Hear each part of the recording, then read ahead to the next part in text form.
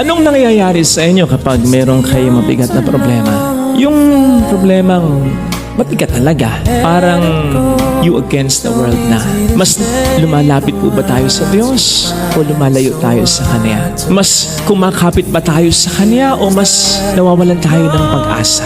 Ano nga bang mas mainam sa dalawa? Isa kasi sa mga natural o palasak na reaksyon ng tao kapag nagkakaroon ng matinding problema yung lumayo sa Diyos.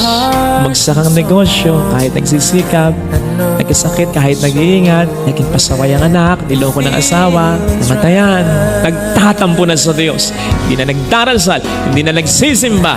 Para bang tayo nagmamalaki na?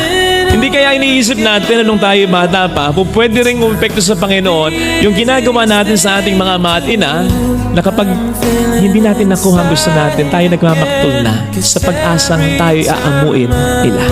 It doesn't work with God. Hindi siyang mag-a-adjust.